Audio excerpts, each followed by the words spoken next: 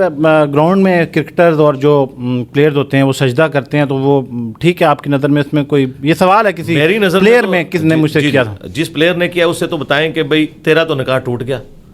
تیری بیعت بھی ٹوٹ گئی، اور دوبارہ سے مسلمان ہو، کیونکہ کرکٹر یا تو بریلوی ہوگا یا دیوبندی ہوگا،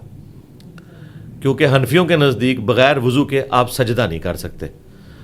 اور بغیر وضو کے سجدہ کرنا یہ توہین ہے اللہ کی، اور چونکہ اللہ کی توہین ہے لہٰذا نکاح بھی ٹوٹے گا اور بیعت بھی ٹوٹ جائے گی اور تجدید ایمان بھی کرنا ہوگا۔ اچھا، رہا مسئلہ قرآن و سنت کا، تو اس کے لیے پہلے آپ کو پھر اپنے فرقے سے اعلان برات کرنا ہوگا۔ قرآن و سنت میں تو آپ بغیر وضو کے سجدہ تلاوت بھی کر سکتے ہیں، سجدہ شکر بھی کر سکتے ہیں، لیکن پاکستانی کرکٹ ٹیم چونکہ حنفی ہے، تبلیغی جماعت سے تعلق رکھتی ہے، ان کے نکاح ٹوٹ چکے ہیں، کیونکہ وہ تو فقہ حنفی کو فالو کرتے ہیں اور وہ اس سے ہٹ نہیں سکتے۔ رہا ہمارا مسئلہ تو وہ کلیئر ہے بالکل، الحمدللہ۔